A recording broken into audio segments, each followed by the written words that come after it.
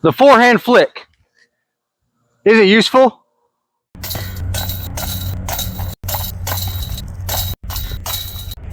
This is Honest Abe Disc Golf. Hey guys, what's going on? Honest Abe coming at you with another video. Still here up in Morristown, Tennessee. We got dogs barking in the background. It's all good. But hey, hope you guys are doing well. I'm doing pretty good. It basically rained all weekend up here. Actually, this disc is wet.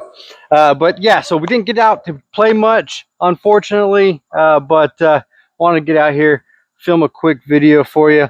We saw a couple weeks ago Gannonburr. He's standing behind a big bush tree, basically, and he throws a little forehand flick shot right around, sinks it. He couldn't even see the basket from where he was positioned. And I think the forehand flick is such a very useful tool in disc golf, and I just want to kind of show you guys how I do it.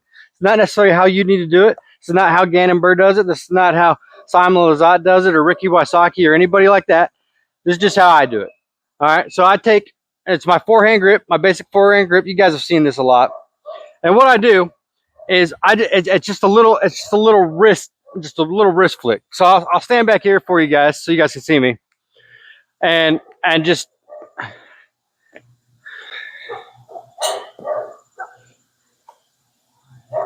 there you go. That one came right across the camera. So yeah, that's kind of what I do. It's a very, very simple motion. Let me grab my discs and I'll get back to you.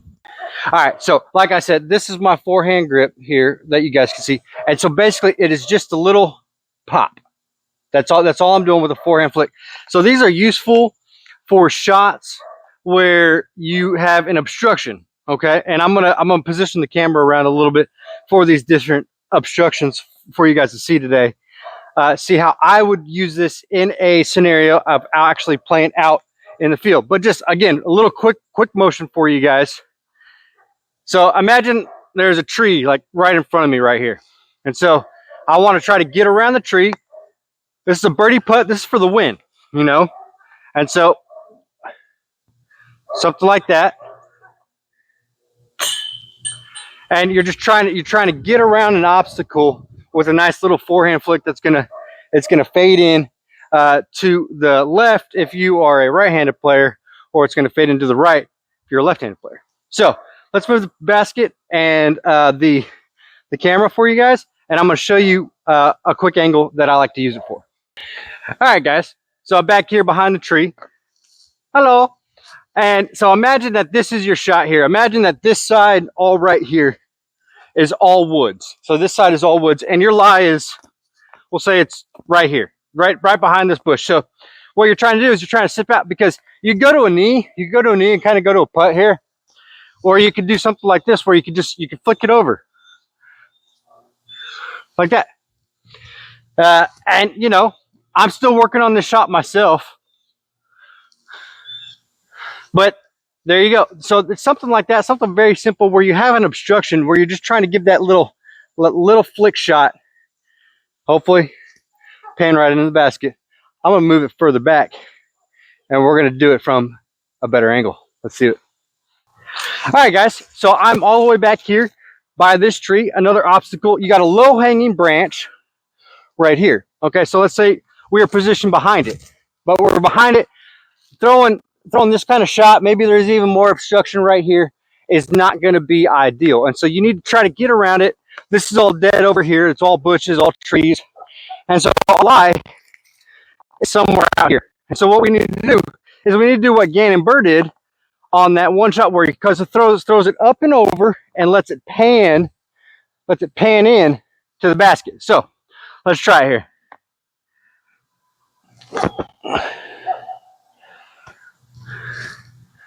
All right, I just didn't put enough on that one. So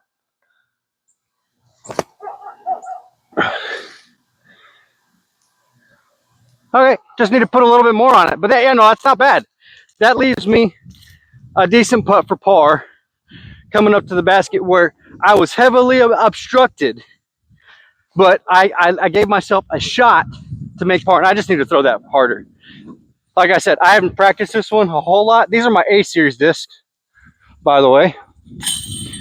And so there you go, made par, because, you know, let's say that was my birdie chance. But yeah, these are my A series discs.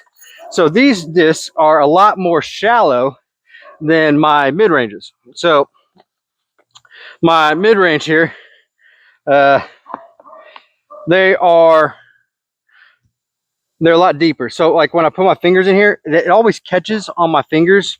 When I do this, it always catches on my fingers. But the A series discs from Prodigy, they're a lot more shallow, and so I can flick these a lot easier and a lot more beneficial. I want to try that again, and I want to put a little bit more on it. So let's grab my discs, and I'm going to grab a couple more.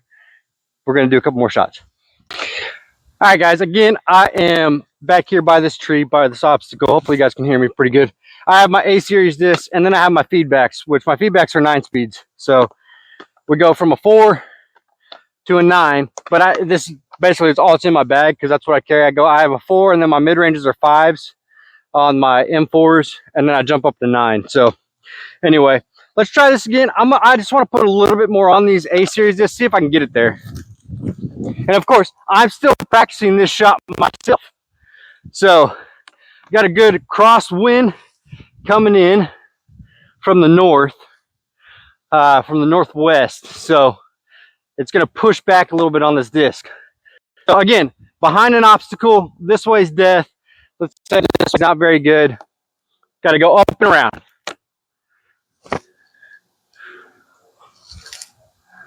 Again, I still got to put more on it.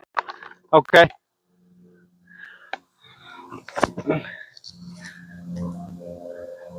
All right, not bad. All right, let me try my feedbacks. I know I have to put less on these ones.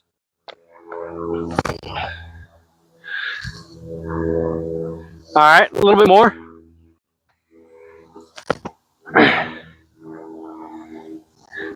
Okay.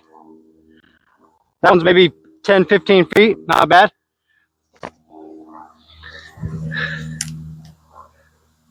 Okay, about same spot. Okay, not bad.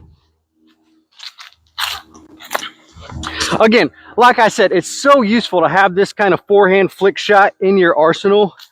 And so sometimes, actually what I like to do is I take my Ultrasoft PX3 sometimes, if I need a little forehand flick shot, my Ultrasoft one, and I put it in there. There you go. But all right, guys, let me grab the discs. We're going to move the angle, try another shot. All right, guys, another different angle here. But let's say we're back here behind this line here. And so obviously we're set up right behind this tree. So just a little flick shot. So I have my Ultrasoft PA3. I have my Ultrasoft PX3. And so I just want to show these real quick to you, what I do. And I'm still working on the putter shot because the putter is also deeper. Well, that was right on line. That was pretty good. Okay. Now my A4s, these ones are going to come right at the camera. Well, that one was way off. Okay, and now my feedbacks, these ones a little bit lighter.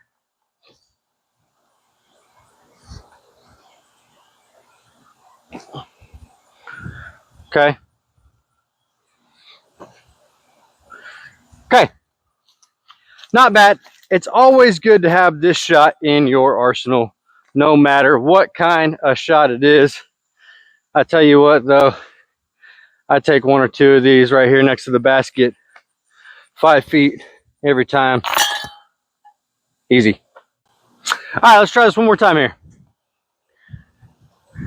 Got a nice breeze coming in from the northwest.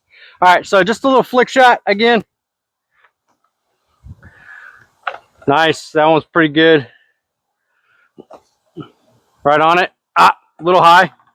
All right, PX3. Right on it.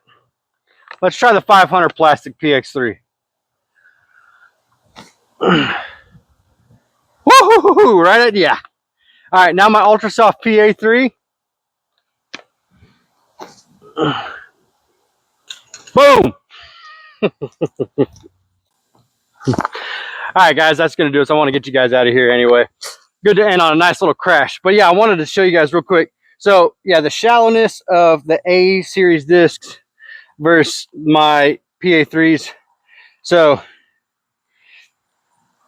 like that, it's a little deep, gets caught on my finger. Again, a little deep, gets caught on my finger. Of course, you guys probably see my phone number.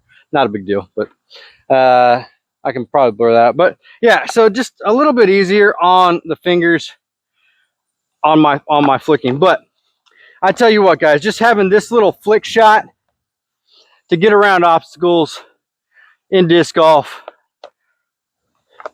such a good tool.